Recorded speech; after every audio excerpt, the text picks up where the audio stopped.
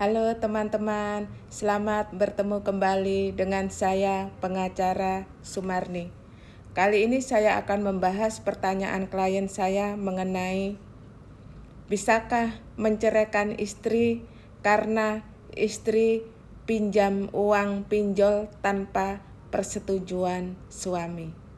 Begini Bapak Ibu ya, si klien saya itu bercerita bahwa sudah 2 bulan ini si istri itu kalang kabut karena terjerat hutang pinjol. Jadi si suaminya ini kan nelayan. Namanya nelayan kerjanya di laut dan jarang pulang ke rumah. Pada saat si suami ini pulang ke rumah sekitar 2 bulan yang lalu, ternyata si istri ini HP-nya itu berdering terus. Ternyata istrinya itu terjerat pinjol. Jadi hutangnya itu banyak sekali. Dan si suami itu nggak pernah tahu kalau istrinya itu ternyata pinjam uang pinjol, dan si istri juga tidak pernah izin ke suaminya kalau akan meminjam uang online. Jadi si suaminya itu stres juga ya. Kenapa si istri ini terjerat pinjol? Jadi si suaminya itu juga nggak pernah tahu uangnya itu untuk apa. Jadi si suami benar-benar stres ya. Kenapa si istri terjerat pinjol dan utangnya itu jadi banyak sekali. Gara-gara utang ini si suami istri ini jadi bertengkar dan tiap hari bertengkar. Jadi si suami ini bertengkar terus-menerus gara-gara utang pinjol si istri.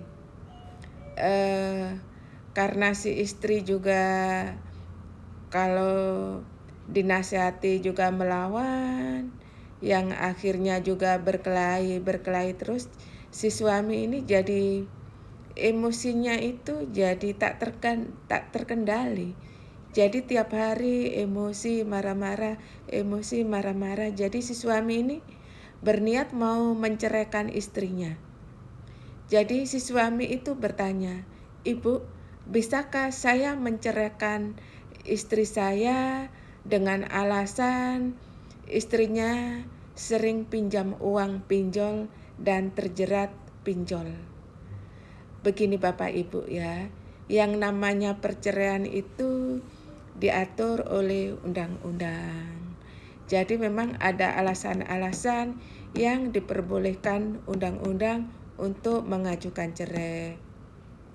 Salah satunya misalnya salah satu pihak penjina, penjudi, pemboros yang sulit untuk disembuhkan.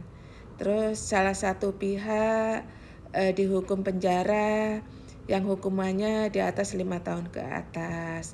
Atau salah satu pihak kabur bertahun-tahun,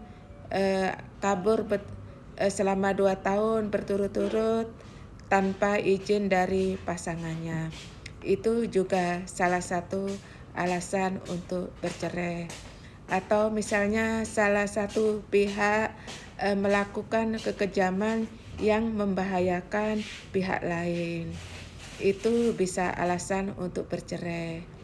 Atau misalnya salah satu pihak mendapatkan penyakit atau cacat badan yang menyebabkan tidak bisa menjalankan kewajibannya sebagai suami istri.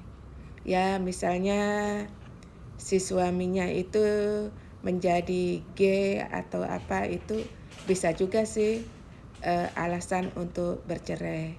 Terus bisa juga alasan terjadi pertengkaran terus-menerus yang tidak bisa dirukunkan kembali. Ini alasan juga untuk bercerai. Jadi kalau misalnya terjerat pinjol itu menyebabkan pertengkaran terus-menerus, bisa jadi alasan cerai.